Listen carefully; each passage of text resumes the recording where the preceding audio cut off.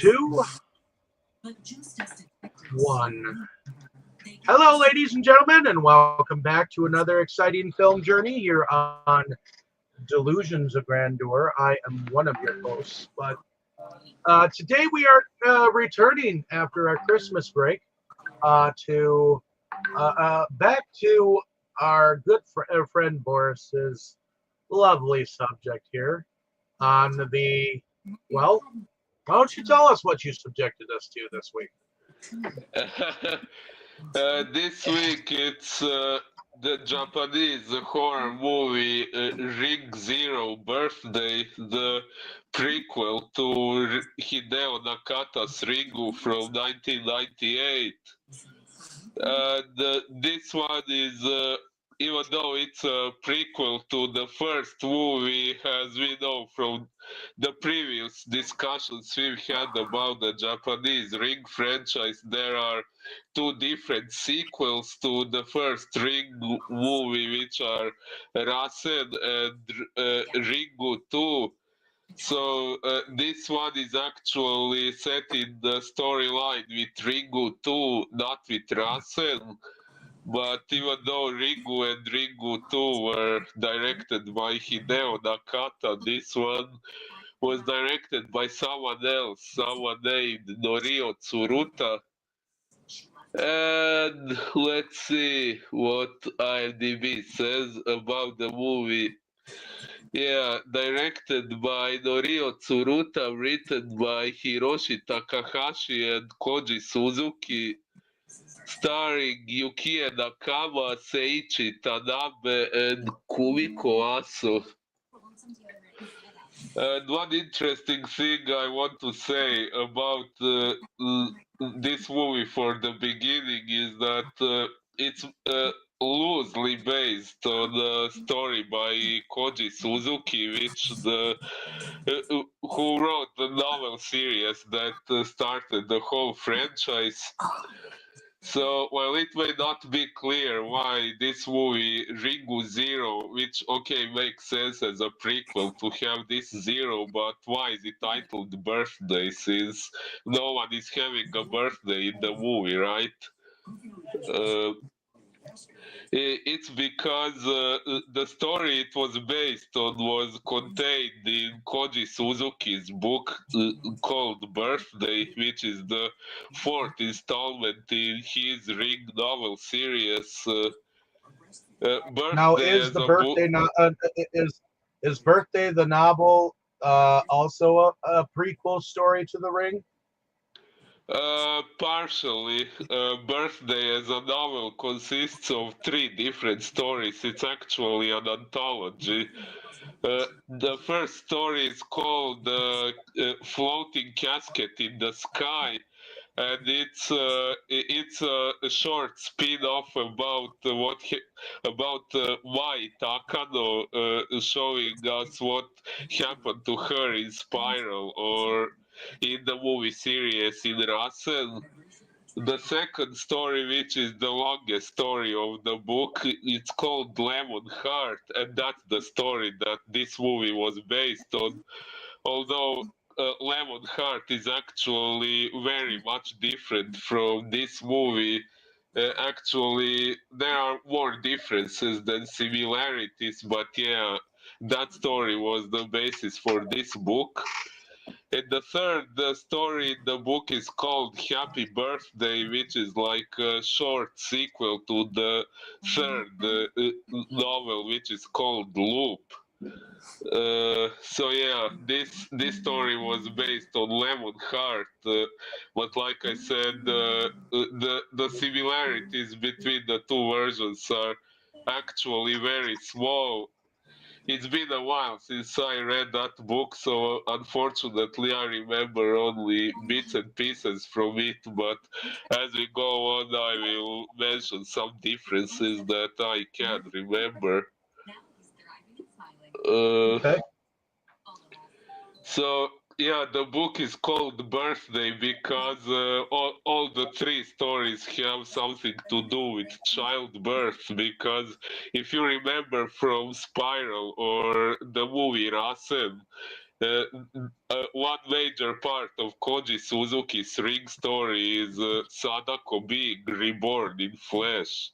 So, childbirth is a very important part of the novel series, and all the three stories have something to do with childbirth, which is where this title really came from, even though it doesn't have much connection to this movie, although it can still be interpreted as since the movie, okay, it's not a big spoiler since we all know from the main Ring story how Sadako ended, so it's not a big secret that this movie ends with Sadako being thrown down the well, so maybe we can say that's the day of the birth of her curse. So in that context, the title birthday in some metaphorical way makes sense.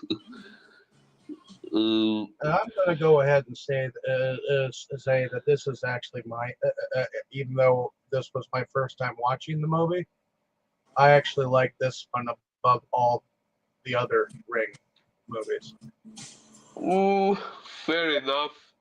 Is that because it's more action packed than the others, or because, I think it's or because it shows you the origination of the curse and uh, what led up to it. And yeah, okay, it ignores some of the folklore of the fact that some of the details seem to point towards the doctor sometimes being like the real father, and that the acting troupe in fact raped her, and also sometimes Sadako has been found out to have both male and female parts. that stuff is from Ringu Kanzenban, which was the television movie based on Koji Suzuki's novel, but most of those things were removed from Hideo Nakata's Ringu, which is what this movie is a prequel to. So in the novel, and yeah, in Ringu Kanzenban, Sadako was thrown down the well by that doctor who was treating her father. But in Hideo Nakata's Ringu, it was actually her father. Well, her Heihachiro Ikuma, this doctor who is in the movie is not her biological father, but the man who raised her as a father. In Hideo Nakata's movie, he was the one who threw her down the well, and this movie goes with that lore. So, Well, yeah, but uh, wasn't it a couple of like two friends who were part of the acting troupe that ended up raping her to begin with, like in one of them, or was that in the Kazenban too? that was in Kazan, but yeah, Okay, so actually, if you one ignore guy. Kazenban completely, which is what most people do when they look at the original Ringu franchise. I know you Oh, don't, but yeah. it's ignored. Yes, well, Cousin Bun is a standalone movie. It actually doesn't have sequels or prequels. It's its own movie adaptation of the first novel. So yeah, Uh, so we do get the origin story of how what happened after her mother committed suicide, basically, right? oh, yes, yes, that's right. So, Oh, and it focuses more on the acting troupe and what happened, and led them to ultimately hunt her down, and then have the doctor forcibly remove her from this world. oh, yeah. Well, this movie did take many liberties from the novel series, but we will get into that. Yeah. So the actual synopsis we get on IMDb is in this prequel to Ring, a young Sadako becomes an actress in hopes of escaping her troubled past. But strange visions and terrifying powers begin to manifest. I'm sorry if I interrupted you, Dave. Were you going to say anything more? Um, like I said, this I guess I'll finish my first impressions and then we'll go over to Tammy. Um, but for being a first time, um, I really liked this one.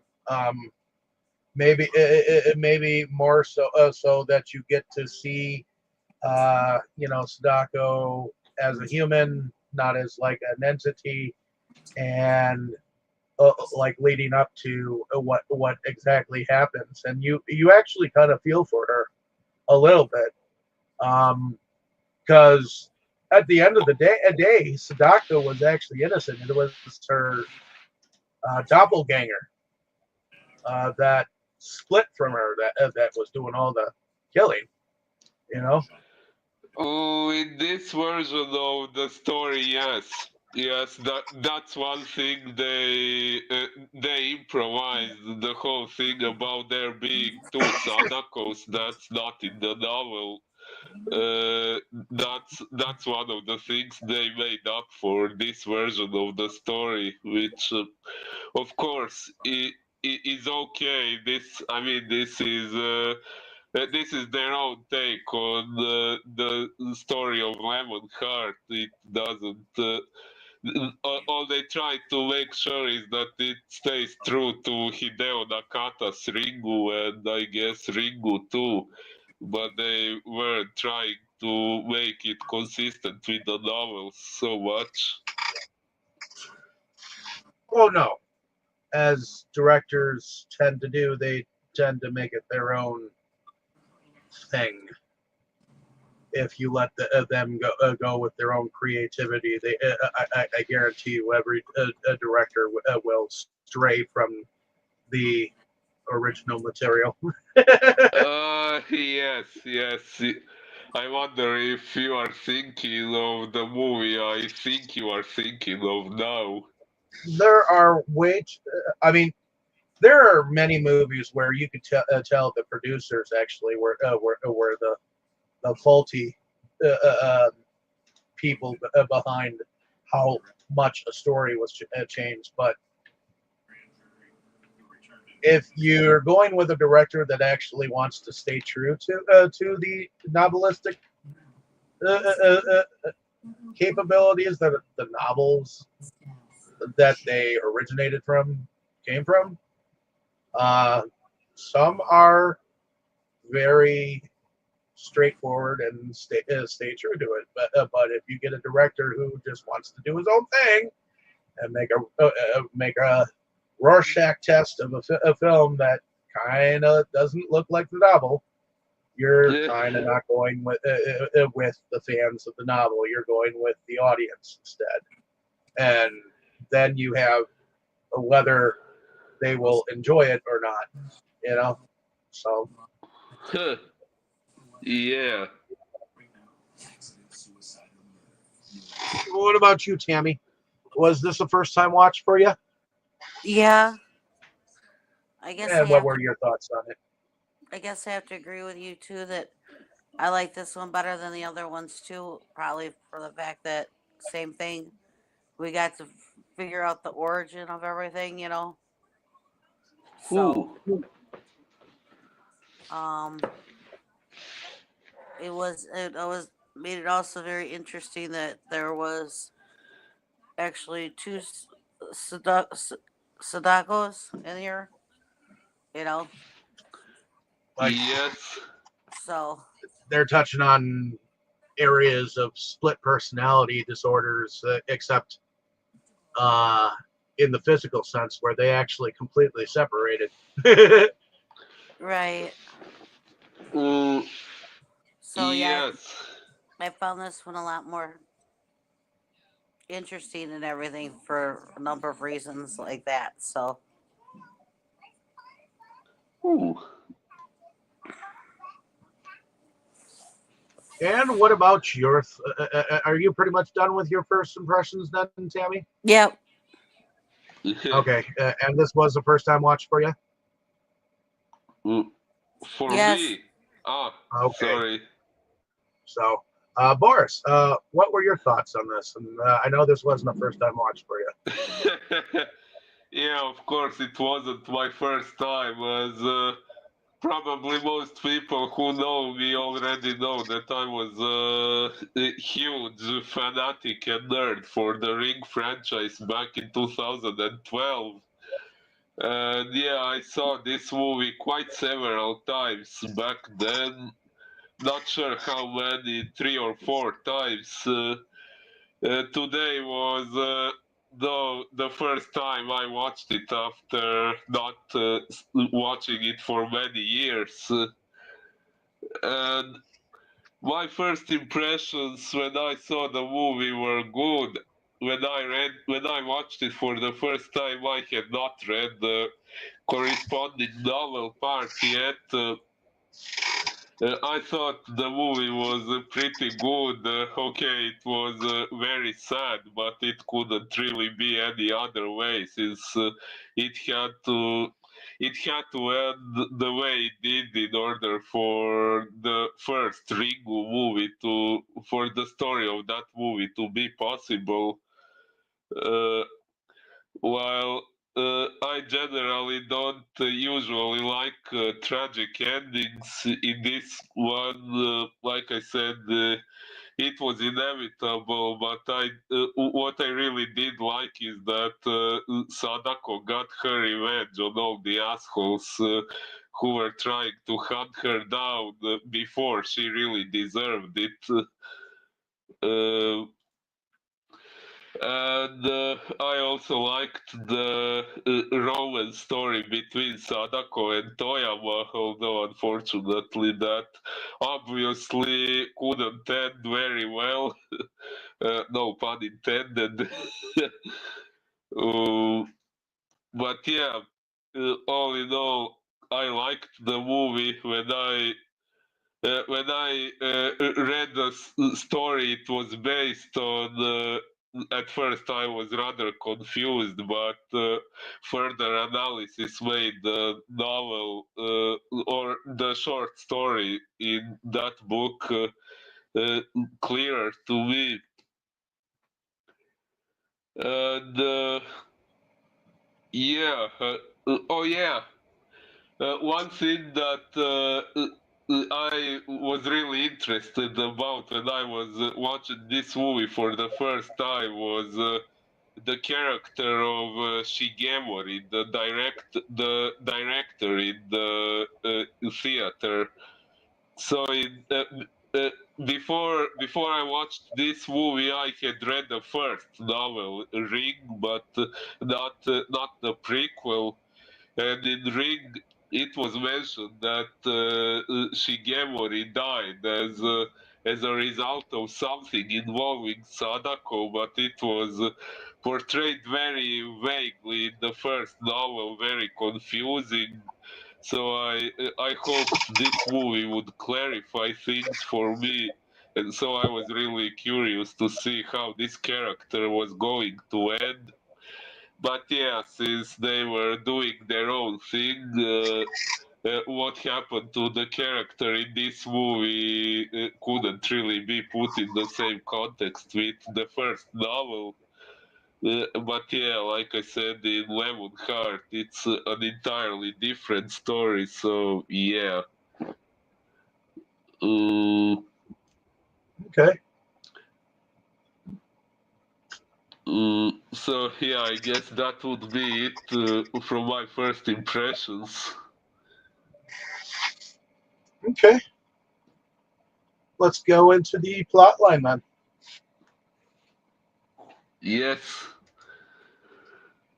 And Uh, I think it begins with a newspaper reporter that starts to look for the actual doctor like 30 years like later. uh, Actually, I think reporter looking for a doctor is also a part of the prequel story. What we get in the present is some girl having a phone call with a friend, and they are discussing the cursed video, and she mentions having nightmares, which later, when we go 30 years back, these characters uh, in the acting troupe, they all mentioned having the same nightmare that this girl was having 30 years later, at the time when the cursed video already exists. Which I almost wonder if Wes Craven actually got some of his Nightmares on Elm Street from this dream process that seems to be going on with this group or whatnot.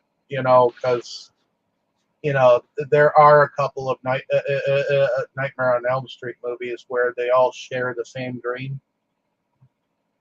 Oh, but isn't A Nightmare on Elm Street, didn't that franchise start out in the 70s? And I think it all revolves around the dream world. And the first Ringu, or at least the first relatively well-known Ringu, was released in 1998. Well, the first Nightmare on Elm Street was in 1994 or 1984, but Oh, really? Why yep, did I think it was 1984. from the 70s? Nope. Oh, Uh, I guess I mixed something up. Yeah, Elm 1984. Street. When was 3? Whew. Okay, so 3 was in 1987. So it's possible that uh, the Japanese director had actually seen Nightmare on Elm Street first and kind of used some of that similar dream connection a little bit. Possible. Possibly. I Uh, just I just see a little similarity with everyone having the same dream. What about you, Tammy? Don't you get kind of like that kind of a vibe, or no? Possibly. Interesting. Just with the Actually, shared dream connections, that they're all having the same fucking dream, which kind of yeah, like ultimately like heightens their suspicions. I didn't think of. Uh, And actually, uh, to think of Dark Shadows, there's a moment in Dark Shadows, the series, where Angelique actually enacts a curse, um, and it's a curse through dreams. So whew. I'm just thinking of things that have dream connections, and there were a ton of people that had to have this dream in order to for it to finally come around to Barnabas in the show, and even though the curse didn't work, and there were reasons why, it still kind of sort of falls under like this dream connection type of thing. So, and Whew. that happened in the 70s. Interesting. Interesting connection. I didn't think of it that way, but yeah, I see your point. And this beginning, But before we go 30 years to the past, that's also what reveals that this movie was set in the storyline with Ringu 2 and not with Rasen, because as we correct. remember, sorry, what? I said correct. And also, most of the things that happened to people who had actually seen the video would see visions. They wouldn't see dreams. Yeah, yeah, that too. And in Rasen, they track down every existing copy of the videotape and destroy it. As in that version, it turns out that copying the video doesn't really save your life, while in this movie goes more the way things go in Ringu 2, where copying the tape actually does save you, which is how in this story we get these two random girls discussing the cursed videotape. Yeah, it was also in Kazanban that you could actually write things down to and pass on the curse as well, right? Yeah, that Okay. was that was actually in Rasen, but yeah, Rasen was based on the novel Spiral, which is a sequel to the first Ringu novel, which Ringu Kazenban was based on. So yeah, you're not wrong. Okay. I'm just trying to get my facts straight. Yeah, I'm sorry. I know this series is confusing with its alternate universe timelines and stuff. I would have gotten lost in it myself if I hadn't been such a nerd for it back in 2012. Well, at least I had most of it down. There were a couple of things that I didn't realize I'd gotten straight from Kazanban or whatnot. So I guess a lot of the details with Kazanban kind of like stuck with me, I guess. Uh, yeah, maybe I caused a little bit of confusion because these movies that we are doing now all connect to Ringu from 1998, and we discussed that movie long ago actually, so I thought it would be pointless to repeat it now for doing sequels and prequels. So instead of that, I chose Ringu Kanzenban several weeks ago. Uh, so You yeah, did that purposely, didn't you? well, not quite, but I mean, not on the purpose of confusing You you. just didn't Just want it to be forgotten because technically it's part of the ring world, even though most people tend to like ignore that it exists. oh yeah, yeah, that's true.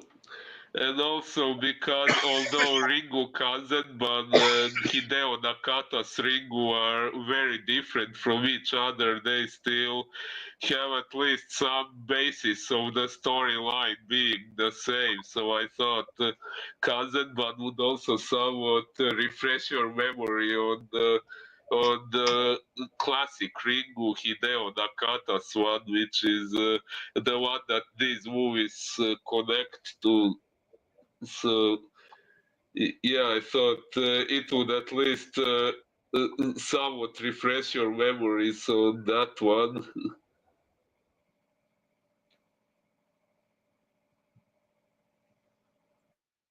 Okay, so we've kind of gotten through the beginning a little bit. So once it goes back to 30 years, what happens then? Oh yeah, what happens then? We get to know this character, Akiko Miyagi, who is, as we find out, the fiance of the reporter who we saw get killed in the flashback in the first Ringu movie, in the flashback of Sadako's mother Shizuko demonstrating her ESP powers to the public. As we know, in the first Ringu movie, she was demonstrating her powers only for that one reporter to start calling her out on apparently being a fraud, and then everyone started to shout that she was a fraud, and she got upset, and then Sadako, who was a little girl at the time, she got infuriated and used her power to kill that reporter. And apparently, yeah, that reporter was the fiance of this woman. We get to know in this movie. Yeah. Yeah, as Wikipedia says, 30 years prior, Akiko Miyagi, the fiance of a fellow reporter who was killed during Shizuko's infamous ESP demonstration, interviews the school teacher Sudo, who was he was Sadako's former elementary school teacher. She interviews him about her Nensha powers, which, as we know from the previous movies, Nensha, or in English, psychic photography, or there are some other terms that can be found, but Nensha is the power of projecting one's own thoughts on other physical surfaces or onto media like a videotape or something like that, or into another person's mind. Uh, the teacher says how Sadako was withdrawn as a child. Apparently, there was a huge drama with her because she predicted her classmates drowning in the ocean during a field trip. So I guess we didn't get much insight into how that part played out, but yeah, as we usually know in horror stories, when someone makes a prediction about someone's death and then the prediction comes true, then that person often gets blamed for what happened as if they caused it rather than just predicted it. So I think something similar might have happened here. What do you two think of that part? What do you think, Tammy? What? About the part about how the all those kids that drowned and whatnot. Oh That's yeah, what. that was freaky.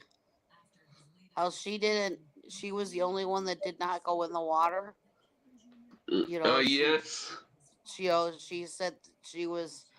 She's acted like her said she was afraid of the sea, so she was the only one that did not go in out of the whole group, and then the whole group, you know, drowned, and the only thing you hear about is that it didn't say anything like a big wave rose up or this or that. They said that all of a sudden the children started screaming, and that was that. So it's like there's like really no explanation as to why Well, they yeah, drowned. and she'd predicted it. So that was the other freaky thing that one teacher was talking about. Uh, But yeah. it's kind of weird because they didn't have any real explanation as to what caused the drowning. Oh. Oh.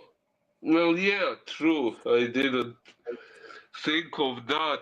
All I realized, if you remember the actual content of the cursed videotape in uh, Nakata's Ringu, there is this one moment, a rather blurry image of some people or children drowning in the ocean or something like that. So I guess that There was part. something in one of them about the cave. They went in the cave and you could hear the children screaming or whatever. Ah, that was in Ringu too. The one we were doing last time. It was my turn. Yeah, they went in that cave and that was, and he was telling her the legend or whatever when they were in the cave. Yes. Uh, I remember that. Now that part from that movie makes sense because of that. There we go. Okay. oh yeah. In in that movie it was my Takano who was hearing that legend and all that. Yeah, and that sort of makes sense if these children were just all like orphans or whatnot and unwanted, but these children were all students, and they all drowned except for her. So that was freaky. Oh, well, yeah. So it's kind of understandable why that put her in a bad situation. Ooh, yeah. So, the teacher recounts how that happened. Okay.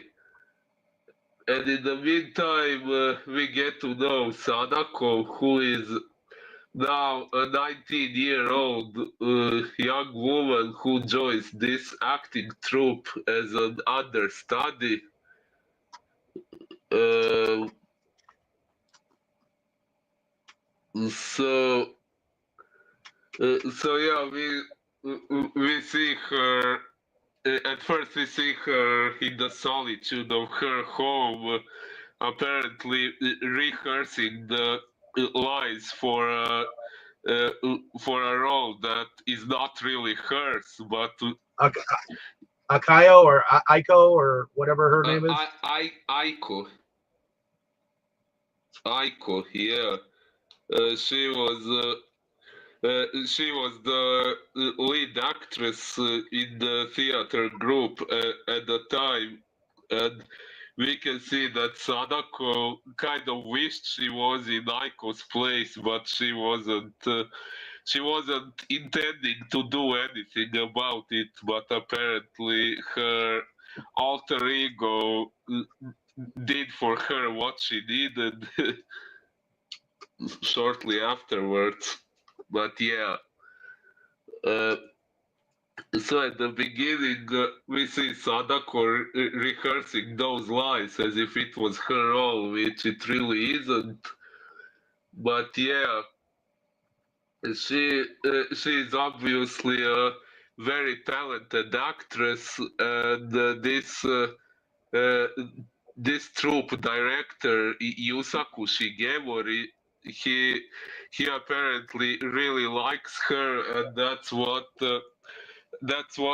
has been affecting Aiko's relationship with him, which we don't know if it's just professional or maybe also personal. But yeah, apparently other people in the troupe comment how they used to get along really well, but no longer that well since Sadako joined the troupe.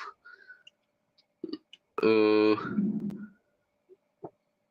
so yeah, it says her natural charisma infuriates the lead actress Aiko Hazuki, whose relationship with the troupe director Yusaku Shigemori sours due to the latter's newfound favor for Sadako. Yeah, pretty much what I said.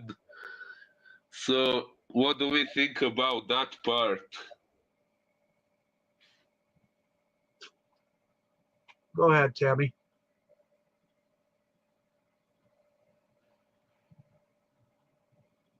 Mm. Well, it seemed like the director dude was, trying to, you know, have relations. Yes. So Uh, yeah, and wanted to get Sadako laid. Well, uh, yeah, he seemed to have the hots for her. Uh, oh yeah, fun fact. As I mentioned before, in the Ring novel, we get to hear bits of pieces about Shigemori, but they completely removed him from Hideo Nakata's Ringu. But we get to know him here. But since Ringu Kanzenban was based on the novel where Shigemori is mentioned, you, Dave, remember that flashback where where two guys are lurking around Sadako's house, and one of them barges in and intends to rape Sadako, and that's the end of him. That guy who tried to rape Sadako, that was Shigemori. But yeah, in this movie they had him be played by a much older actor in Kanzen, but they portrayed him as if he was more or less Sadako's age, maybe just a little bit older. But yeah, that's actually the same character. Okay. Uh, so yeah, and what do you think about this early conflict within the theater group? Oh, the deaths that are happening or whatnot. No, this early conflict between the lead actress and Sadako, and the director preferring Sadako over the lead actress he currently has, and all that, and other people in the theater shit talking Sadako. Well, right away when theater group was um, and she Aiko was Aku was uh, saying some kind of monologue. The director seems disinterested as all heck. And then of course we have Aiko saying to the other actress that she's having a dream about the well, and she's like, I'm having that same dream. And then the next moment you see them on stage, and they're sitting apart from each other, and you know, as she starts to see what I think she sees is the other Sadako coming onto the stage, and that's Uh, when at the end of the whole act that the one actress goes over to Aiko, and she's like, Aiko, what's up? What's wrong? And her eyes are all white, and she's dead, basically. oh yeah, yeah. So, right away, the other Sadako gets her out of the way, away for her. It's like the Sadako is the other Sadako seems to be trying to help her get more into the limelight. And to be honest, I actually think the real Sadako, the one that supposedly is more like either I think from what the doctor said later, more like her father. Uh, he said that this small Sadako, the evil one, was more like her biological father, while this one that we actually follow throughout the story Is more like her more, mother. yeah, Okay. which makes sense. Since the movie series implies that Sadako's biological father was some dark, supernatural, spiritual entity from the ocean. Yeah, and it was also mentioned that Sadako was also afraid of the ocean. Oh yes, which probably has to do with that, or maybe because Sadako also had ESP powers, so maybe she was predicting, maybe subconsciously she was predicting that she was going to die in water in the well, so maybe that's why she was simply afraid of water. I think that's why she was projecting the dreams on the other cast members. Oh yes, yes. She was seeing those images in her own mind, so they were being projected into the minds of other people who were apparently all already cursed to die because the small Sadako was sensing, at least that's my interpretation, that she was sensing their hatred for Sadako, so she she cursed them all, just like she did that for her mother when she was receiving hatred for people accusing her of being a fraud. With the difference that back then those uh, uh, actually not all, only that one reporter died right away. The others apparently received the curse, but according to this movie, they died out later, not during the demonstration itself. Yeah.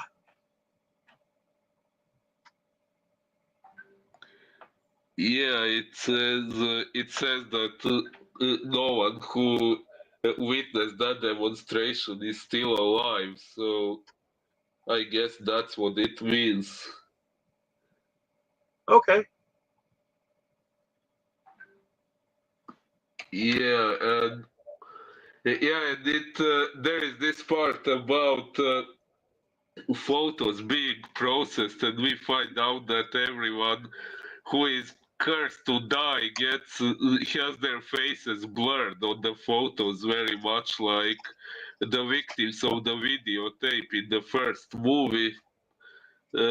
So in this case, it's interesting to notice that we get to know about some characters' faces being blurred, but as far as I remember, it never says that Toyama's face was blurred on the photos, which means that he was not supposed to die since he was the only one who didn't hate Sadako. So I guess it originally wasn't planned for him to get killed. No.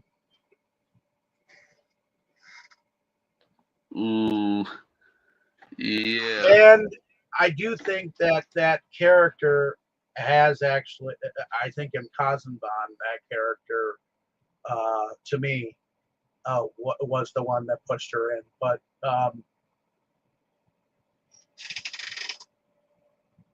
was it? Wasn't it?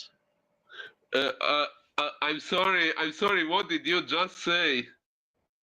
The character that was not supposed to die, the somewhat boyfriend, uh, the one that said that he was gonna take her away with him and whatnot. Um, Uh, he, I think he was portrayed in Kazanban as the one that pushed her over into the well, right?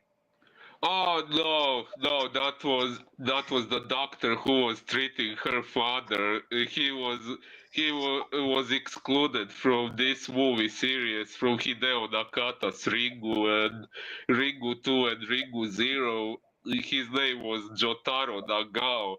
Okay, This this guy Hiroshi Toyama, that's Sadako's boyfriend here, and he was introduced to the story, in the story Lemon Heart, the prequel I mentioned, and it's interesting to mention that in Lemon Heart. Actually, Toyama is alive in the present time. He is the one recalling the events with Sadako from the past, and we kind of get to know Sadako's past from his point of view. But spoiler alert, unfortunately, in Lemon Heart, Toyama also dies at the end. Just not during this flashback part, but in the present time, long after Sadako's death in the well. okay, interesting. Yeah, it is actually. When I was reading Lemon Heart, I was surprised to see him being alive in the present time. So when he died, after all, I was a little disappointed. But oh well. They aim to disappoint, not to please. Oh well, it's horror, I guess. Yep. That And when you watch a movie, they don't always expect you to like everything they do. oh yeah, true. And okay. Even though Oh, you'd like to, even though you'd like to see everyone always end up happy in the end. depends on the story sometimes. Uh, for example, in that movie, Okay, if the deaths make no sense and you'd rather them live, I guess that's oh yeah, yeah, we could say so. Uh, so we wandered off a bit, didn't we? just a little bit. But that's okay. We do that a lot. Yeah. So we have already mentioned that the lead actress Aiko gets killed off screen by the small Sadako, which now I'm thinking maybe this uh, maybe this small Sadako being the evil and dangerous one, maybe that was the inspiration for Sadako's counterpart in the American version being a little girl and not a 19-year-old. True. Mm, She was supposed to be a little girl in when she was in the troop. uh, there is no troop in the American version. Oh yeah, that's right. There isn't any. Yeah, there is a whole different story there, but we will get to that in a Well, few weeks. we haven't even had an origin story with Sadako in the American version. So Uh, yeah, we got bits and pieces of it throughout the second and the third movie, but not quite an origin story like this one. no. So I actually think this one is the best one out of even the American ones. Ooh, yeah, I can see why. Uh, Many people actually say that the American version is by all means inferior to the Japanese one. I personally wouldn't say so. I think they are very different from each other, but I like each of them for what it is. I don't really think I have to choose one over the other. I don't think I'd like to choose one or the other either. Each is their own thing. It's like the Americans decided to just ignore some of the Japanese folklore and begin their own. Uh, yeah. So when Aiko gets killed, of course, Sadako takes over her role in the play they are rehearsing for. Uh, as we know, the director really likes Sadako a lot, but at the same time, Sadako is developing a romance with Hiroshi Toyama, who we have already mentioned. He is the sound director of the group. Uh, and yeah, that kind of causes problems with this girl, Etsuko Tachihara, the costume designer. She, although we don't hear her say that explicitly, but her behavior heavily indicates to her having feelings for Toyama, which eventually leads her to teaming up with this Miyagi woman who plots to murder Sadako. Uh, so, what do we think about that part?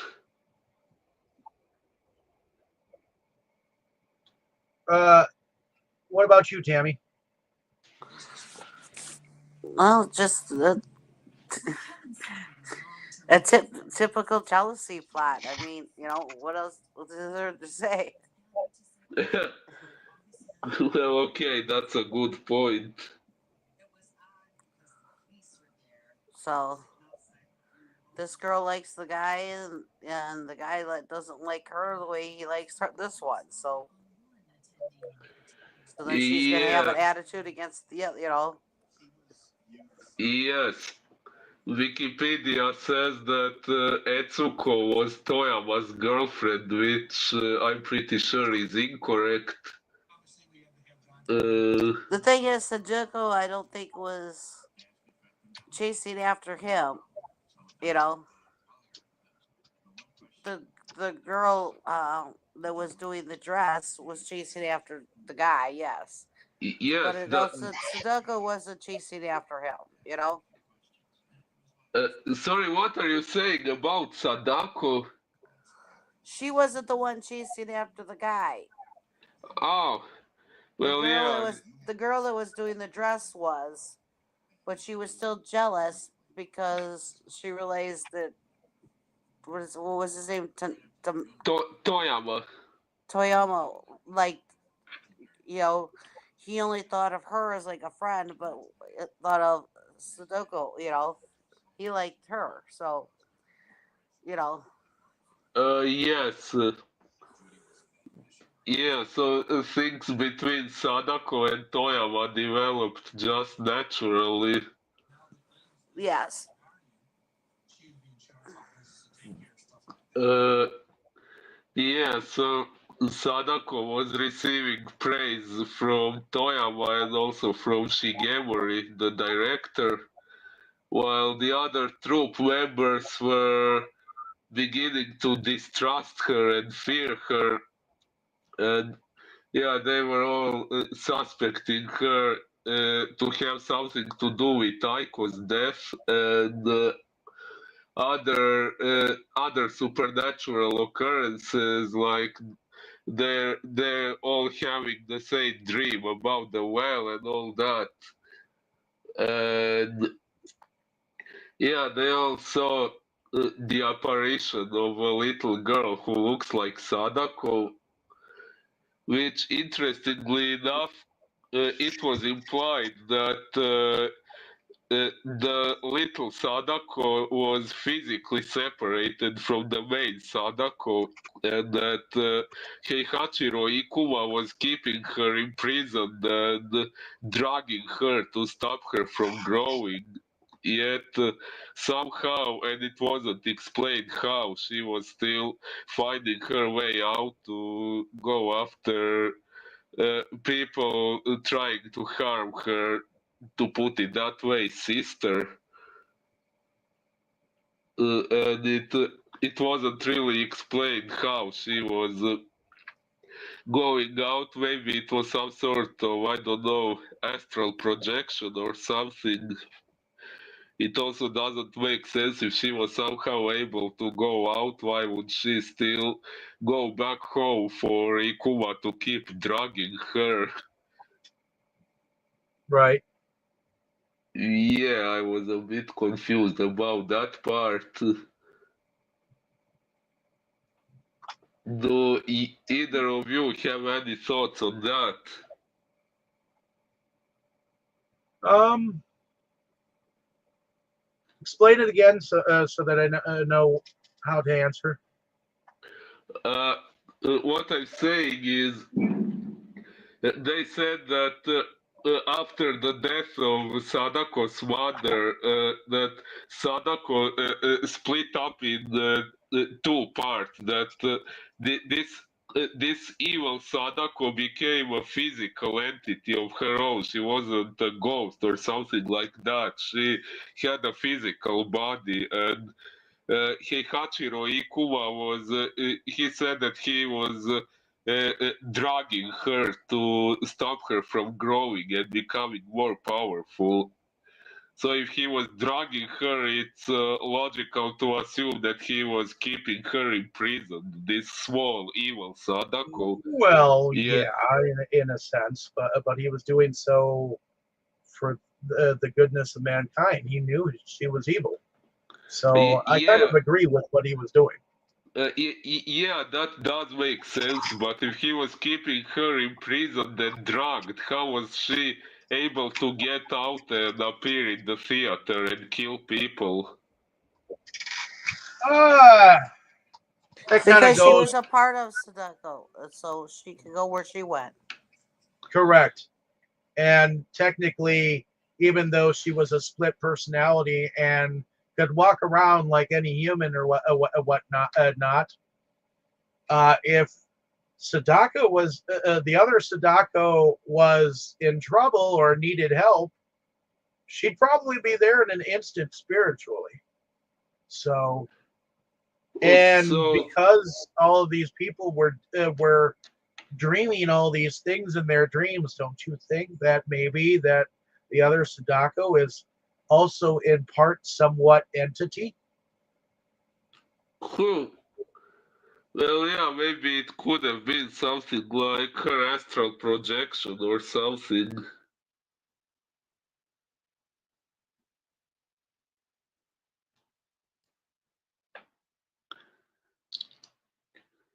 Uh,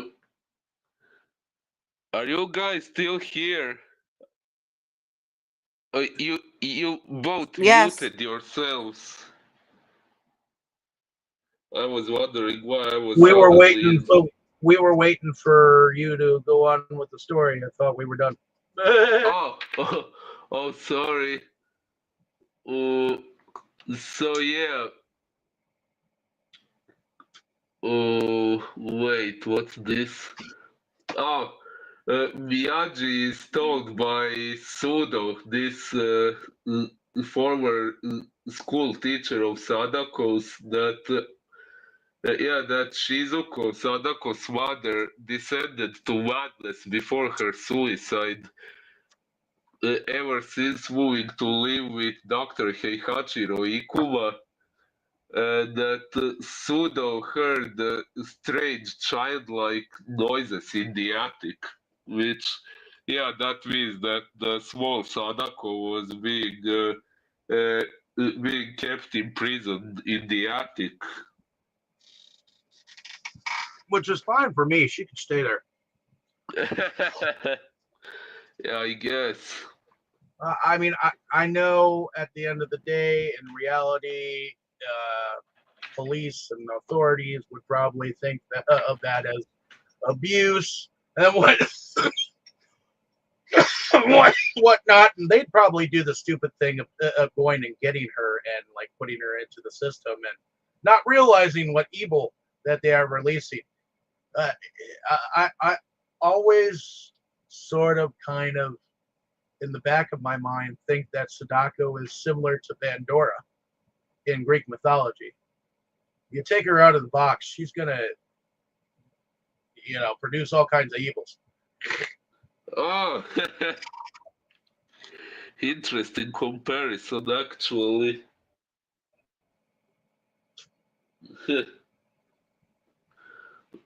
Uh, Oh yeah, and one thing we forgot to mention is that Sadako is also visiting a psychiatrist because apparently she sees dead people very much literally. Okay, so she's a little bit like the sixth sense child. Oh yeah. I see dead people. Yes. Yes, I kind of alluded to that intentionally.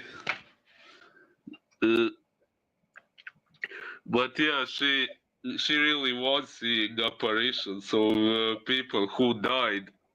Not only Aiko, whose death she was somewhat blaming herself for, there were also some other apparitions she was seeing. I think Maybe she Maybe. just needed to be told that maybe these spirits that she sees, maybe they just need help. Yeah. Uh, apparently they do. uh, so yeah, apparently that doctor at first doesn't see anything supernatural about it, as doctors usually do. He thinks it's all just her mind and stuff like that. But yeah, this woman Etsuko ends up, yeah, she wants to discover Sadako's origins and she contacts that psychiatrist. But yeah, he refuses to answer such questions. I guess this medical privacy or whatever the English term for that is, I guess that exists in Japan too. That doctors are not allowed to disclose things about the patients to third parties. But the doctor throws away Sadako's resume, so oh yeah, the resume is taken by Miyagi's assistant, which allows him and Miyagi to locate Sadako in the troop. Uh, and what do we think about the character of Miyagi so far?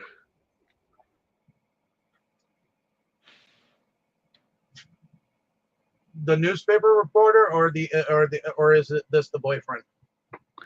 Uh, yeah, Miyagi is the female, I guess, reporter. Okay, the one Yeah, that yeah. is.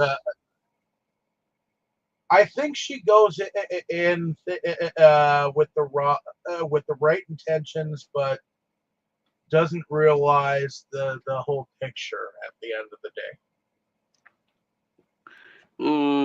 Yeah, pretty much. Well, well, I She can goes understand. in with all of her uh, opinions too, and that's she becomes part of the problem because she's part of what stirs this mass suspicion that Sadako is the evil one and the one causing it all. So they must. That's when you see her being part of that whole Kanga till death moment where um, the actors and actresses just take up whatever weapons they seem to find and just beat her to a fucking pulp. Oh, yeah. Which the first time I was watching the movie, I was kind of mind blown when she woke up after that.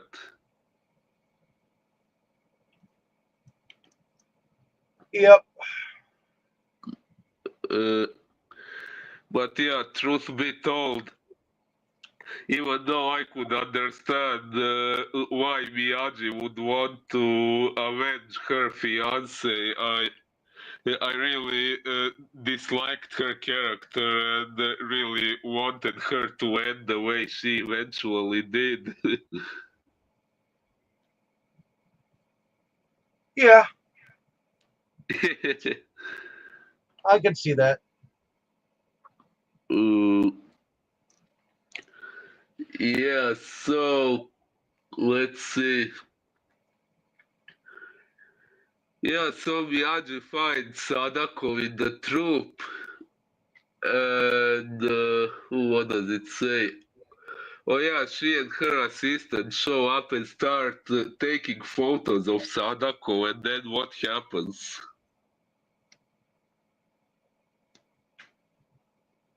Takes the first photo. Well, they start taking photos of Sadako while she shows discomfort with photos being taken of her so invasively, and then what happens? They die. Well, not right away, but the camera goes spoodow. Yeah, I remember that happening. Uh, what do we think of that? It was, a moment. A spoodow. Basically. Oh yeah, so the camera goes spoodow, or as they worded it on Wikipedia, Sadako telekinetically breaks the camera. Yeah, yeah, I prefer to say spoodow. uh, the two discover that all the photographs. Oh, yeah, that's the part I already mentioned. That the photographs contain ghostly faces and a girl with long hair. Oh, yeah, the little Sadako appears on photos where they didn't really see her while taking the photos. I guess that proves our theory that she is something like an astral projection. Uh, so yeah, so that confirms Miyagi's suspicion that two Sadakos exist. While in the Yep. meantime, oh, sorry, what? I said, yep. Well, in the meantime, this nasty director Shigemori, he keeps trying to pursue things with Sadako. He uh, the way he interacts with her is borderline sexual harassment. True. He, yeah, he keeps talking how he's going to make her a big star and all that, but his whole demeanor is saying, "You must sleep with me for that to happen." Well, yeah, Uh, he also kind of was blackmailing, going, I know who you are. I know your past. I know who your uh, mom was, you know? yes, yes, he finds out about that. Oh, yeah, that's actually a part that's, I think, relatively consistent with the novels, because in the novels he was also obsessed with Sadako. As, yeah, we remember from Kazanban that he was determined to have sex with her before he got killed. Although his death in the novel, in this prequel, Lemon Heart, was vastly different from the way it was here. Yeah, on Wikipedia, I'm just getting to that part. Yeah, Shigemori, obsessed with Sadako, says he will kill her if she tries to kill him. Apparently, he got the idea that she might try to kill him because I guess because she was afraid of him, so maybe she was imagining killing him in self-defense, and that image was projected into his mind, I guess. I guess so. Uh, yeah. Yeah, Shigemori gets really aggressive while Toyama is watching it all happen, and when Shigemori crosses the line, Toyama interferes. Uh, he interrupts the fight and he starts fighting Shigemori. But yeah, during that fight, what happens? How does it end? Go ahead, Tammy. Huh? Go Uh, ahead. After the uh, fight, what happens? Uh, I Oh, yeah, he actually dies. asked. He killed Yeah, him, right? yeah. The director Shigemori died in the physical fight with Toyama. Uh, yeah, he is killed through a cut that also wounds Toyama. So Right, and then they they hide the body, and the show goes on until yeah, somebody finds the body, and then everything goes bonkers. oh, indeed.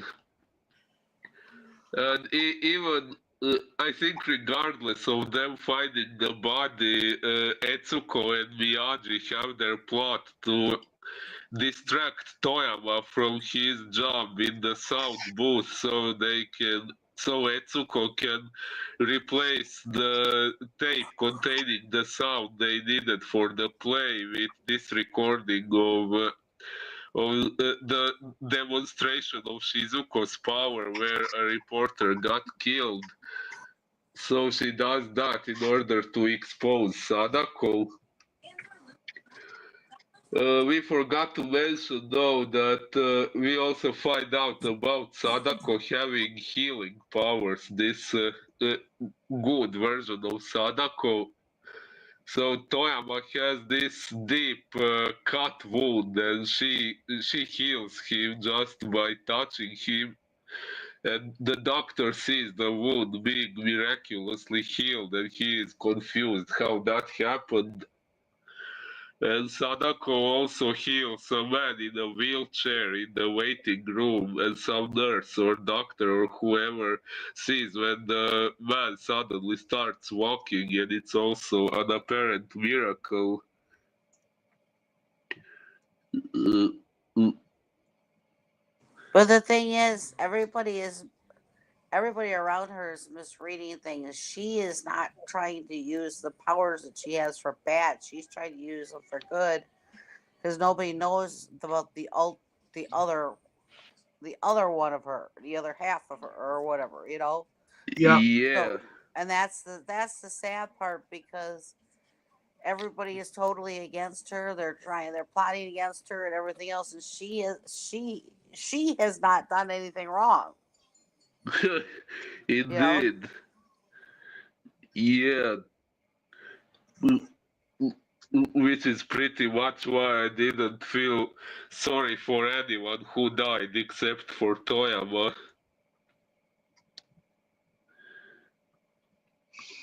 Uh, so, what does it say? Yeah, Shigemori is killed. We said that. Sadako heals Toyama. Uh, yeah, and she helps this man regain his ability to walk. We said that too. Uh, so before this play is performed in front of the audience, Sadako and Toyama declare love to each other, and uh, and uh, they say they will leave the troupe and live together. But yeah, that unfortunately doesn't happen that way, does it? Nope. It definitely does not.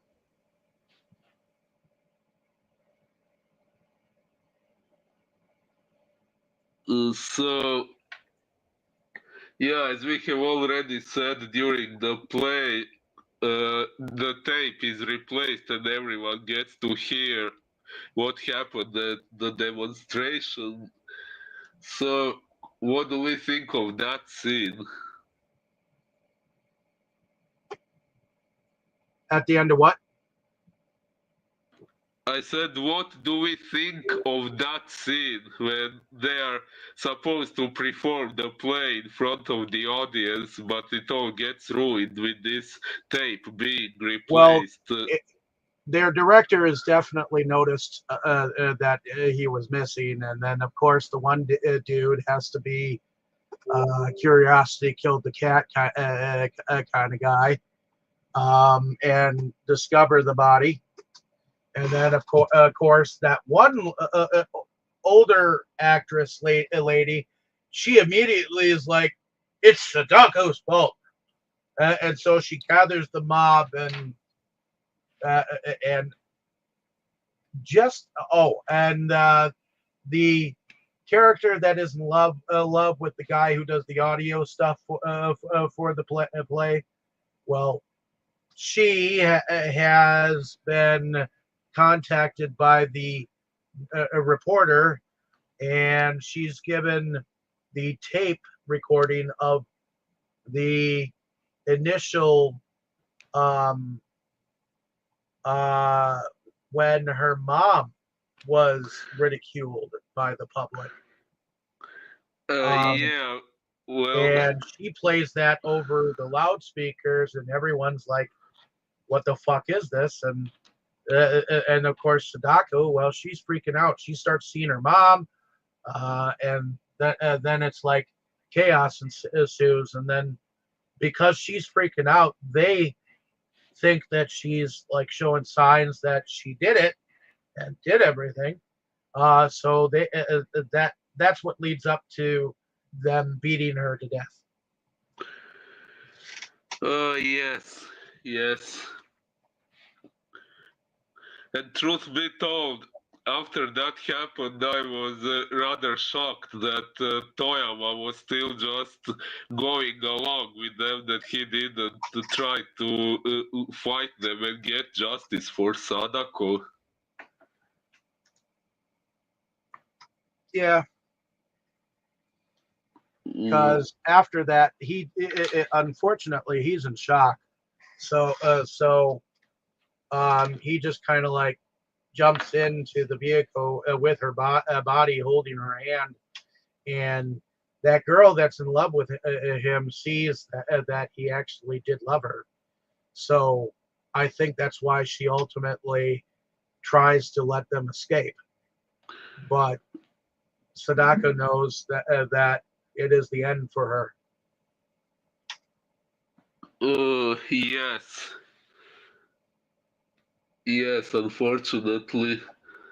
So, uh, yeah, as Wikipedia says, she sees visions during the play. We said that she is beaten to death.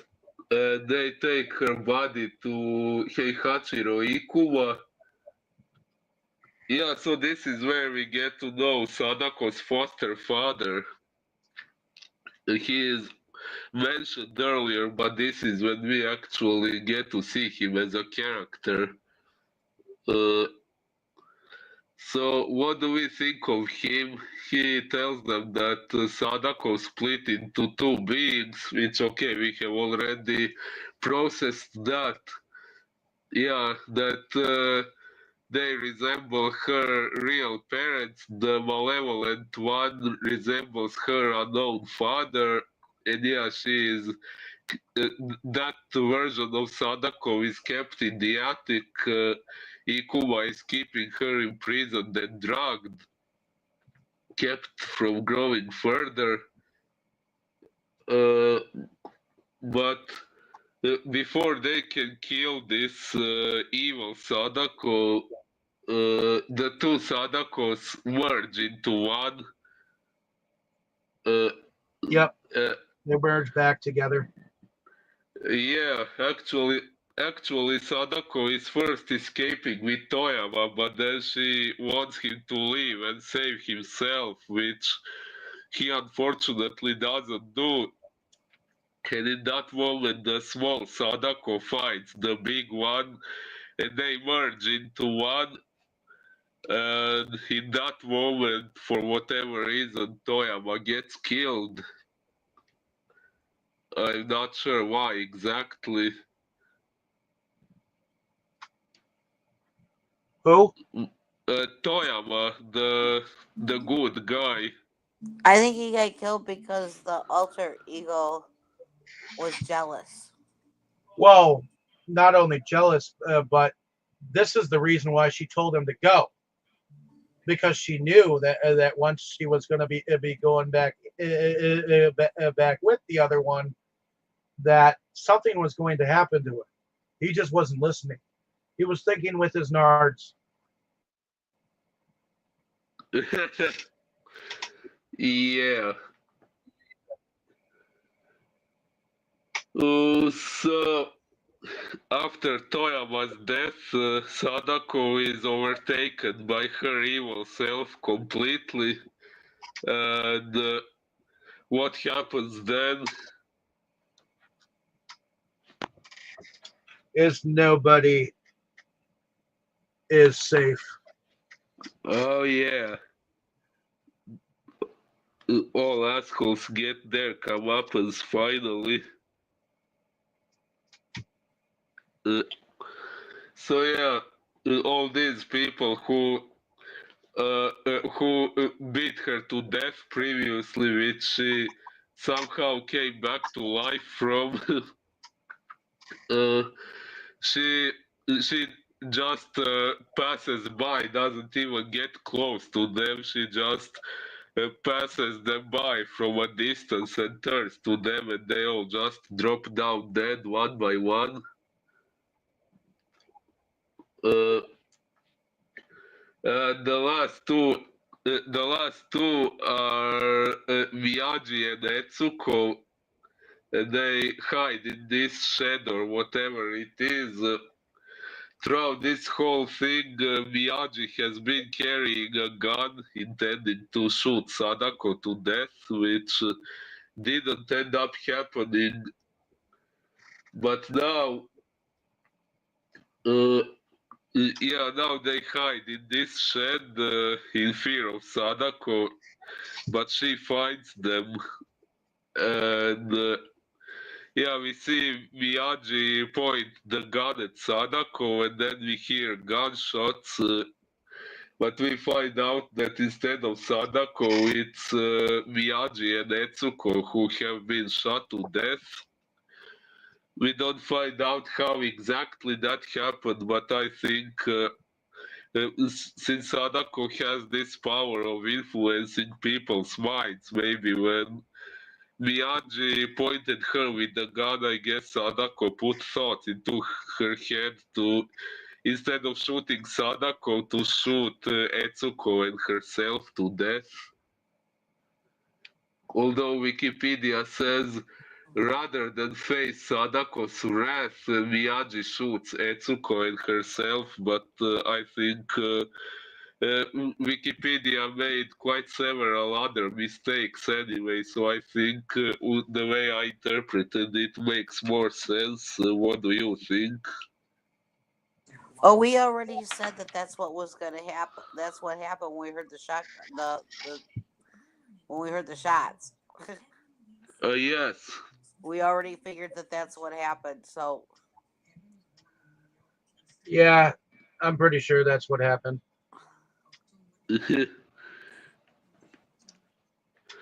Yeah, and then we get to the end. Sadako is found by Ikuma. Uh, so after she has killed all these assholes, she apparently comes to her own senses and becomes her good self again. And she is absolutely distraught when she realizes what she has done. Uh, but yeah, then Ikuma drugs her, apparently gives her something that's supposed to help her calm down, but he actually injects her with something nasty. We don't know what exactly, I guess some poison or something that apparently makes her struggle to breathe. Yep. Yet, as we found out in Ringu too, she somehow still survived 30 years in that well before she actually died. Yeah. Still Yeah. alive. Scratching for death. Or scratching to live. Oh, yeah, pretty much. She literally was scratching the well from inside, which is how she lost her fingertips, as we find out in Ringu. Uh, so yeah, her foster father chases her outside to the well, and even though begs for mercy, he hits her with an axe and throws her down the well. Uh, and in that moment, Sadako, I don't know, either spaces out or falls asleep and has a dream in which she is with Toyama again, like she was in one scene when she woke up at his place. So now she is reliving that, but just when she is about to touch his face, she wakes up and realizes that it was a dream and that she is trapped in the well. And yeah, she is screaming in terror while the lid of the well is being pulled on top of the well as she gets trapped inside, and that's the end of In the this movie. particular story, it looks to the audience that she was put in that well for no reason. At well, actually, she was put in there because she killed everyone, you know. But But who said? unfortunately, her split personality, her other doppelganger, is responsible.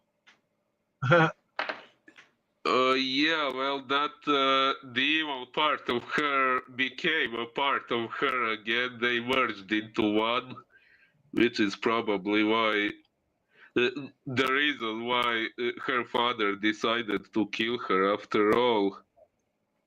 Well, yeah, they fused the doctor and her father into one in this story, didn't they? Yes, yes. Well, in Hideo Nakata's Ringu too, there is no word about Sadako being hermaphrodite, having male genitals, or about there being a doctor who raped her and killed her. They omitted that part from Hideo Nakata's movie. Which I think at the end of the day, as a marketing thing, that's why they went with that story, because it's a lot nicer and mushier when you don't have rape and incest and um, what is it, hermaphroditic, you know, that type of Yes. thing in it, you know, because that sounds a hell of a lot more gruesome. Well, it is supposed to be horror. Well, yeah, but people weren't ready for that kind of horror. Geez, God. Yeah, although Nakata's Ringu is from 1998, when I guess people, at least in Japan, I think weren't quite as much snowflakes as Americans are nowadays. Well, yeah. We're act. I swear we're acting more British than anything else. Oh, so British people are so oversensitive too. Well, yeah. Don't you know that it's the UK that actually had a ban on a lot of fucking films and in like the 50s, 60s, and 70s. It's only recently that they've begun banning some of them. This, Ooh, they're like kings and queens of the censorship. actually, I may have heard that at some point, but I forgot. So,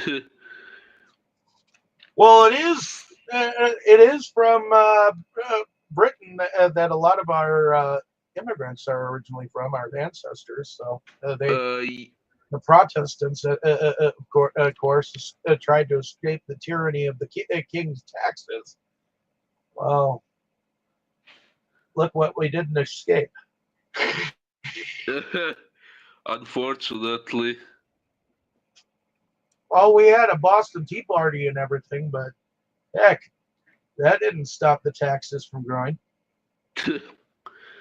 Yeah. in my opinion, the very first man in history who ever came up with the idea of taxes. He should have been slaughtered right away to set an example. or at least set to a firing squad or something. But in any case, Yeah. but I do actually believe that you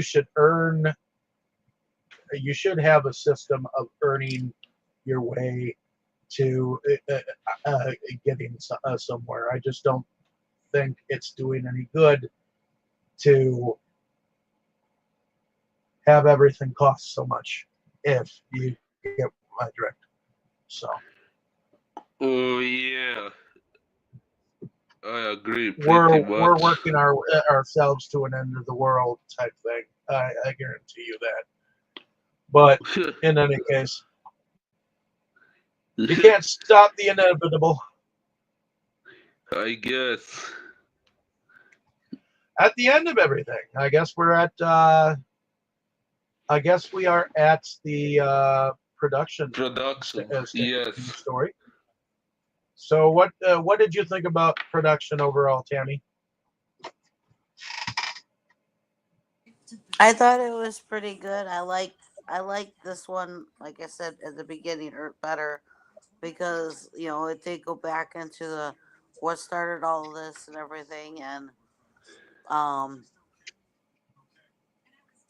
there was a little bit of CGI in it, because of when they were showing the alter ego at times, kind of like almost like a ghost type of a thing, and they were showing other ghosts showing up at times.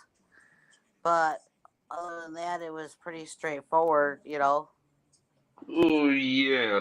Um, I definitely liked the storyline better on this one too. So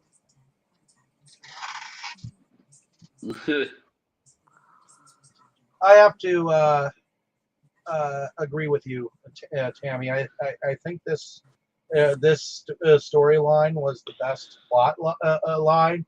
It told us, some of the origins behind why and how Sadako got to be how she was, and it kind of like put you in the mind of what she was thinking, a little bit more than just the sporadic visions that you saw in the videotape.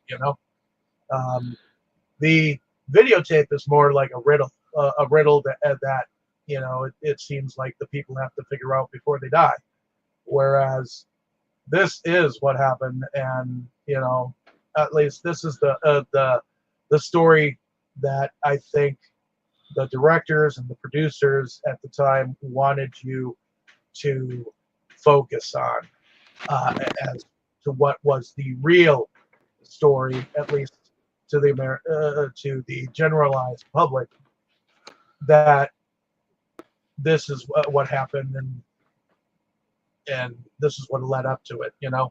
So I think whatever was done with the entity process, that was cool. Um, and I'm glad that you got to see what happened in the acting trope instead of this like whole rape scenario and then incest and you know uh, uh, finding out that the, she's part male, part woman. You know, the incest was actually made up only for Ringu cousin, but that's not in the novels. I actually don't know why they. Oh yeah, I do have an idea why they introduced incest. Like I said, in the novel Ringu, or Ring as it's usually called, the the death of Shigemori is portrayed really vaguely.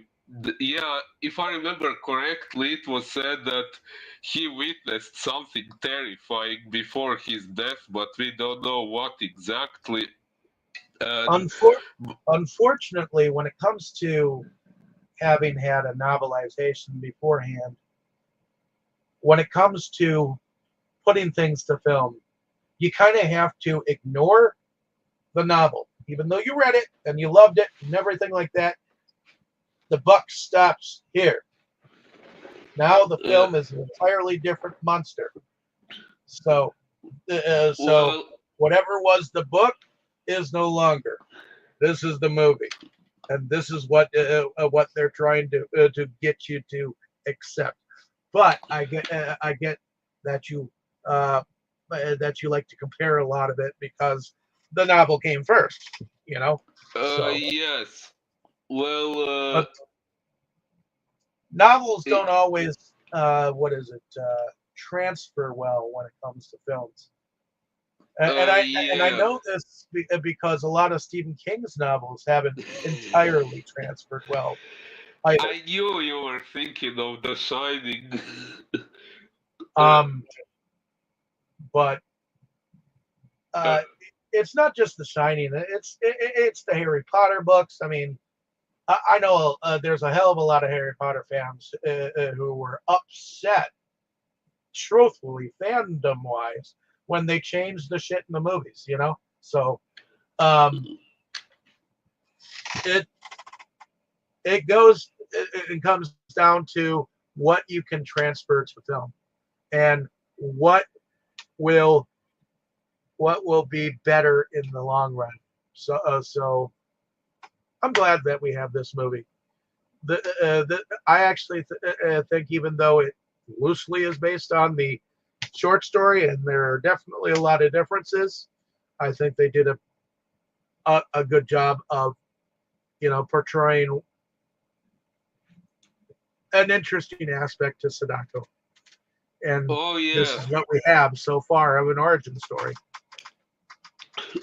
an interesting part of the short story in the book that I didn't mention is uh, I no longer remember the details of it, but in Lemon Heart, the story this movie was based on, there is a cursed audio tape that was somehow created by Sadako while she was still alive. And several people heard that audio tape and they were all cursed to die, but unlike the videotape that kills people in 7 days, this one didn't have a specific deadline. Those all people who heard the tape, they all died, but not all at the same time. And it wasn't quite directly explained why they didn't all die at the same time, but apparently, if you analyze the story and so on, you can kind of come to the conclusion that since Sadako was still alive and the cursed videotape was a mixture of her own power and the smallpox virus that invaded her body when she was raped by that doctor. So that curse, or in the novels, it's actually not quite a curse, it's a virus. So the virus is much deadlier, which spreads through the videotape, and that's why everyone who sees it dies in 7 days. While these people who heard the audio tape, they didn't all die at the same time. And yet, Uh, a virus normally doesn't. At least most of the common viruses that are out there, well, like I know the common cold is easy to get rid of. Laryngitis and the flu, some of it can get rid of, but there are many different viruses that there are no cures for. So to me, the idea of a virus was not technically, I don't know, scientifically possible. The uh, past, but I mean, it was portrayed in one of these as a virus, correct? Kazenban? in Yeah, well, Kazenban was based on the first novel, which somewhat touches upon the idea of it actually being a virus, but it doesn't confirm it. Well, the novel where it's confirmed is Spiral, which the movie Rasen was based on. This first made sequel to Ringu. which is another sequel, even though it's part of the Ringu franchise that they stuck in the Uh, box set and stuck in the Arrow set and whatnot. It's still yes. ignored. It's still ignored. Whereas they seem to generally go for the other sequel. You know. Oh yeah, it's a whole different storyline.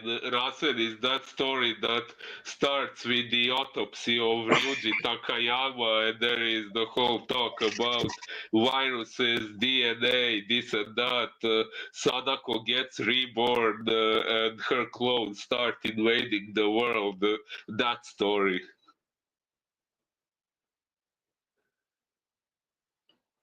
Uh, so All right, you haven't touched on the production yet, have you? yeah, I haven't. Well, I did like the production, as Tammy has already said. This movie being the way it was, it required a little bit of CGI, but not too much. So, what they needed to create in terms of special effects was created well enough. Uh, One thing I liked, I once read that Sadako having that unnatural walk, which in this movie it was, I think, when she was walking towards Miyagi and Etsuko before they got killed. It was either that walk or in the first Ringu when she emerges from the TV and walks towards Ryuji Takayama. One of those walks, I'm not sure which one I read, was made by them having the actress walk backwards, and then they reversed that recording, which created this illusion of her walking forward in very unnatural and not quite human looking steps. And yeah, like I said, I'm Well, and not there was sure. also the part where towards the end when I believe it was the reporter and the friend that had the feelings for Miyugi or whatever his name was, Toyama. Toyama. Toyoma. Yeah. Um, when they went and hid with that gun, and she came around the corner, and you heard the cracking of of her body, and Yeah. it was contortioning. You know, uh, Oh uh, yeah.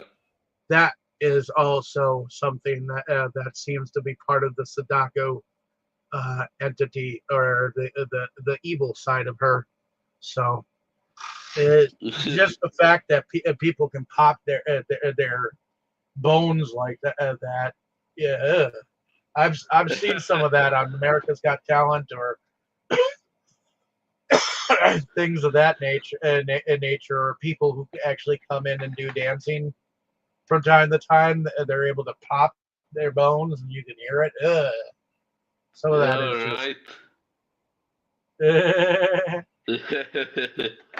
But anyways, It, continue with your production.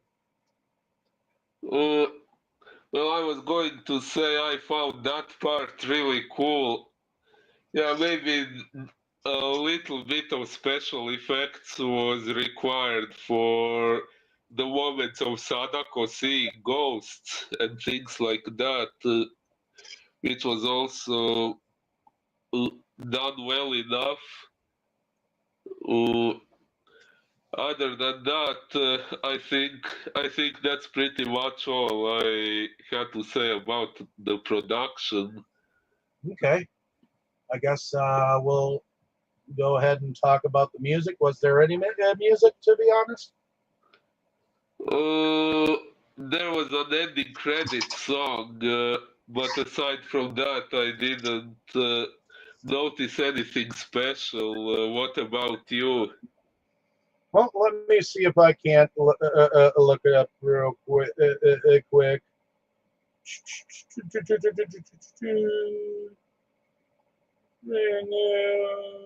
Zero. Dum, dum, dum. Okay. And I know right now, Ringu's Hero is on Tubi for those of you who want to watch it. Let's see. The music was in fact done by Shin Ishiro Ogata, and they've done a movie called Scarecrow in 2001. Uh, Before that, oh, Scary True Stories, Realm of Specters, and Ooh, Night 2 from wow. 1992. He was the composer behind something called Barai Gaku and Shinrai Video 4 Kyofo Taikanden from 1999 and Gakko no Kaiden Haru no Noroi which I think this is a TV movie that was kind of a anthology. It looks like Haru no Noroi Supersharo. So, but other than that, not really much more after that. So it pretty much stopped in 2001. So I don't know if you noticed any of the music that was going on or whatnot, but alrighty. Favorite scenes and or favorite characters. Tammy, what was a favorite scene and your favorite character? Well, the good Sadako was my favorite character. um, not her alter ego. um, favorite scene. I guess my favorite scene was the part that you find creepy with her cracking her bones and stuff towards the end like that. Oh. So Okay. Um, how about you, Boris? Favorite Uh, scene or scenes and or favorite characters? favorite scene? Well, probably Sadako finally taking revenge on all the assholes, which includes this scene that you both have mentioned with Sadako's bones cracking, which is a cool moment, but I just liked justice being served. But my favorite character, well, also the good Sadako, although truth be told, I don't even mind the evil alter ego too much because, truth be told, okay, that lead actress at the beginning, maybe she didn't deserve to die, but all these other characters, okay, Toyama got killed really undeservedly, but I'm not sure if even the bad Sadako wanted to kill him. Maybe he just died as a result of witnessing them merging together. But all the other people who got killed by the supposedly evil little Sadako, they were all assholes, truth be told. Uh, Well, and they were, to be fair and honest, they were driven by their dream nightmare sequences and kind of driven by their overly suspicious minds. So originally, I'm sure they weren't as bad as they ended up being. It's just heightened senses because these nightmares just keep bugging them, and they don't really have. I mean, it was wrong of them to point the finger. It was wrong of them to beat her up, not knowing the full facts, uh, just based on what they thought. That's like old school mob mentality, like kill the monster, kill the witch, type Uh, thing. That's what townspeople would do to the Frankenstein monster. You know, Pretty much. so to me, it's like that. Okay, kill anything thing that they don't understand. Yes, It's yes, just like if there literally. were any aliens that came to Earth. Do you think that they would be allowed to live? No, shoot first, ask questions later. Yep, Uh, and that goes for any country. which I'm not saying is a good thing, it's idiotic and wrong, but that's what humans do, I unfortunately. mean, what if the aliens came in peace? They'd still shoot them. Yeah, pretty much. But in any And case, I, I'm sorry, I also wanted to say that I really liked Toyama as a character because he was thinking with his own head and following his feelings and wasn't letting other people talk shit into his head and making him do what they wanted him to do, but he was staying true to himself, which is something about his character that I really liked. And an interesting thing, to mention is that uh, the same actor who played Toyama also played in the TV miniseries Rasen, loosely based on Koji Suzuki's novel Spiral. The same actor who played Toyama in this movie, he played in that show, but an entirely different character. But yeah, it was interesting to see the same face within the same franchise play two completely unconnected characters. And another thing I thought might be interesting to mention that I didn't end up mentioning throughout the discussion is how Toyama actually dies in the novel. Uh, like I said, in the novel, he is still alive in the present time, and he is the one recalling his time with Sadako. And, and he, in the present time, he finds out that Sadako was thrown down the well and that she is apparently dead, and he is devastated when that happens. But yeah, back then he was one of those who heard the cursed audio tape, but somehow he stayed alive all those years. But he had some vision of dying in Sadako's arms.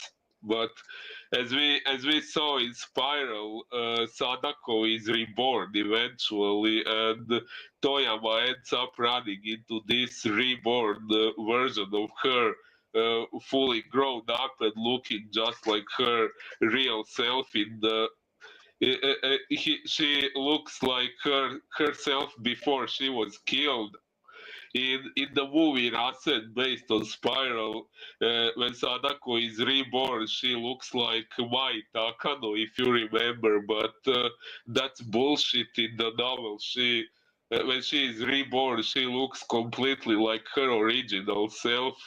So Toyama being much older after all those decades, he sees her the way she looked before she died. So now she is much younger than him, but she recognizes him, and when he sees her after all those years, that's when his heart stops and he dies in her arms, as he has been seeing in visions. So that's how he ends in the novel. okay. And my favorite characters are Toyama and the good version of Sadako.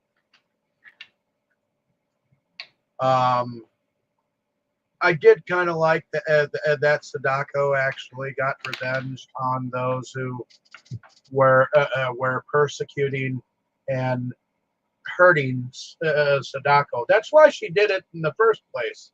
You know,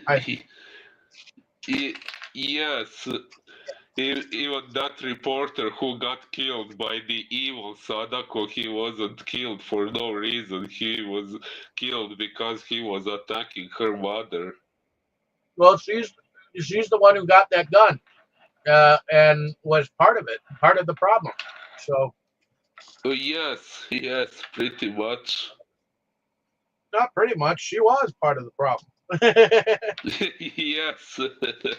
But um, at the end of the day, I do like that, you know, popping scene, the contortioning scene, because I predicted that they were going to shoot themselves, and they did. And see, I don't Yeah. think that a movie being predictable is a bad thing. Oh, I know a lot of people when they talk about a film, or when I've talked with them, they say, "Oh, it was predictable." You say it like it's a bad thing. So what if it was predictable?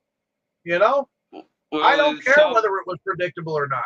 All I care about is shit happens. If something happens that was unpredictable, fine. So what well, happens? well, But sometimes. Oh, sorry. go ahead. Uh, oh, I was going to say sometimes it's bad if things are predictable, but not always. I mean, in this case, if you saw Ringu, you know that Sadako has to get thrown down the well. That's how it.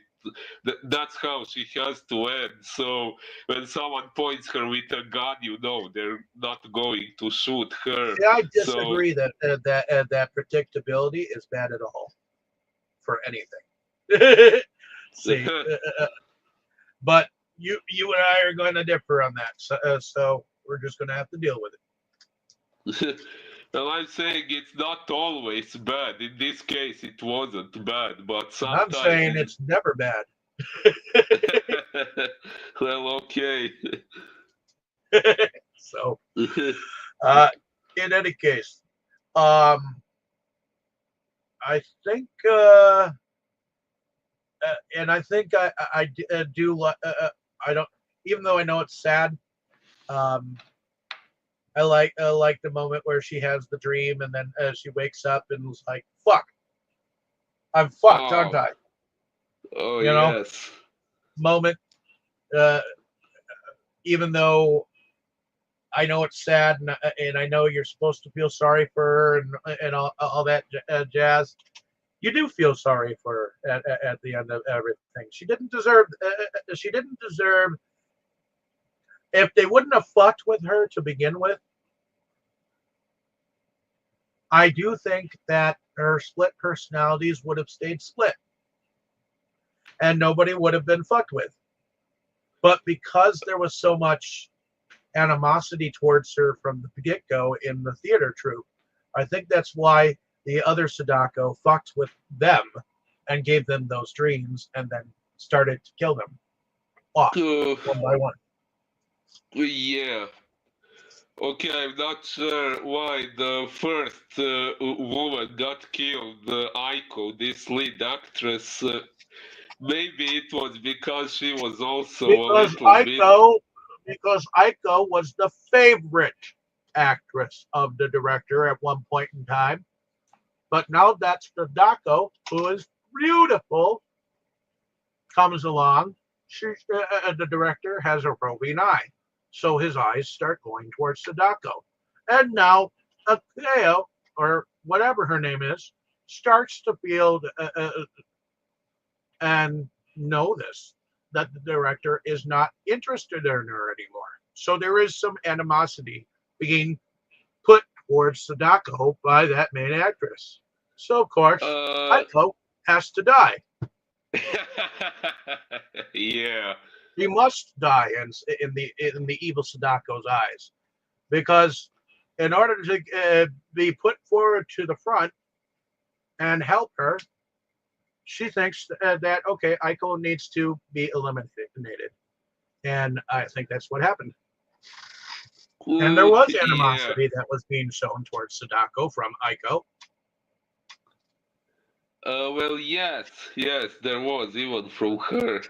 And it was jealousy that she was getting attention and not on her. And even in that first moment that we see them, Aiko speaking her lines, he is disinterested as fuck. He's staring at Sadako. So, and the other cast members are mentioning that, you know, the director is kind of being irritable with Aiko lately. Why is that? And they say it's because of this new Sadako, and she's so weird, you know. So, Uh, yeah. but do you see now the reason why Aiko had to die? Yes, I was going to say that I wasn't sure if that was the reason or if the reason was just for Sadako to get the role. That I would maybe have to Aiko. say, I would have to say both. What about you, Tammy? Would you say both? I guess. Okay.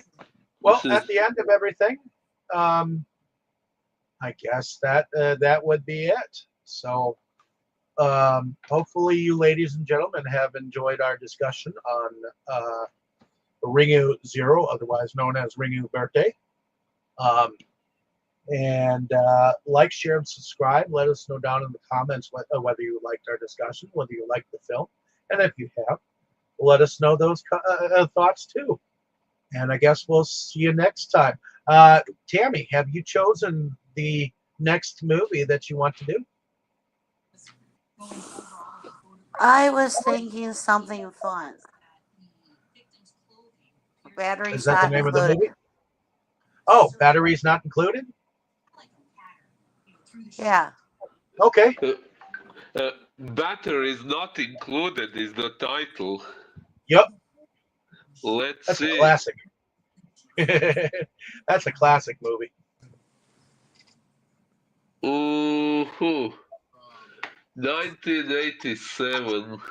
I didn't think it was done before, so Nope, it has not. And normally after I that, ask normally I ask you ahead of time, but I forgot. I'm going to go with the Ben Hur from, I believe, 2012. So, Who? 2012. Ben Hur. yep. Or, I see one from 2016. yeah, there we go. 2016. That's the one. Okay. All right. Well, on that note, I hope you have a nice New Year. Yep. I hope Thank you you. have a You nice New too. Year too, if you celebrate it. Yeah, we do. Okay. Well, in any case, we'll see you later, my friend. And We'll see you next year. yeah, Yeah, basically. see you next year. Have a good afternoon. Thank you. You too. Bye bye. Thanks. Have a good one. Thank you. You too.